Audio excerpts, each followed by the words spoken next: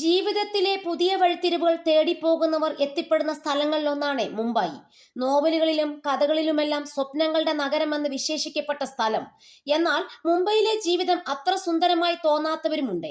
ഒരു മാസത്തിനുള്ളിൽ മുംബൈയിലെ ജീവിതം മടുത്തതിനെക്കുറിച്ച് സംസാരിക്കുകയാണ് യുവാവ്. ഡൽഹിയിൽ നിന്ന് ജോലിമാറ്റം കിട്ടിയാണ് മുംബൈയിലെത്തിയത്. എന്നാൽ എത്രയും വേഗം തിരിച്ചു പോയാൽ മതി എന്ന മാനസികാവസ്ഥയിലാണ് താൻ ഇപ്പോൾ ഉള്ളതെന്ന് യുവാവ് പറയുന്നു.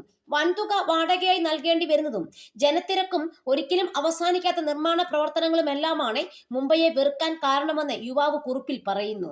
പെൺസുഹൃത്തുക്കളെ ഒരു ദിവസത്തേക്ക് പോലും ഒപ്പം താമസിപ്പിച്ചുകൂടാ എന്നതാണ് വീട്ടുടമസ്ഥർ നൽകുന്ന നിർദ്ദേശമെന്നും യുവാവ് പറയുന്നു. ഒരു നിശ്ചിത കാലത്തിനപ്പുറം ആൺ സുഹൃത്തുക്കളെ പോലും ഒപ്പം താമസിക്കാൻ അനുവദിക്കില്ലെന്നും മുതിർന്നവരുടെ നിയന്ത്രണങ്ങൾ തനിക്കൊട്ടും സഹിക്കാൻ പറ്റുന്നില്ലെന്നും യുവാവ് പറയുകയാണ്. വാടകയ്ക്ക് ഒരു വീട് കിട്ടണമെങ്കിൽ ഡൽഹിയെ അപേക്ഷിച്ച് എത്രത്തോളം ബുദ്ധിമുട്ടുകൾ മുംബൈയിൽ അനുഭവിക്കേണ്ടി വരും എന്നും അദ്ദേഹം വിവരിക്കുന്നുണ്ട്.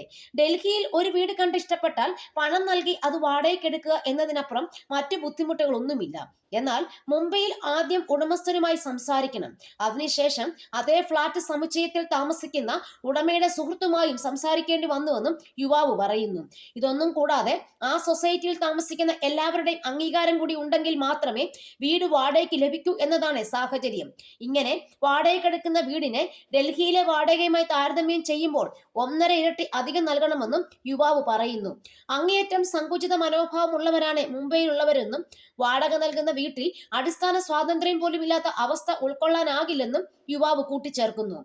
മാനേജരുമായി സംസാരിച്ച് എത്രയും വേഗം ഗുരുഗ്രാമിലേക്ക് ജോലി മാറ്റത്തിന് ശ്രമിക്കുകയാണെന്നും അദ്ദേഹം പറയുന്നു.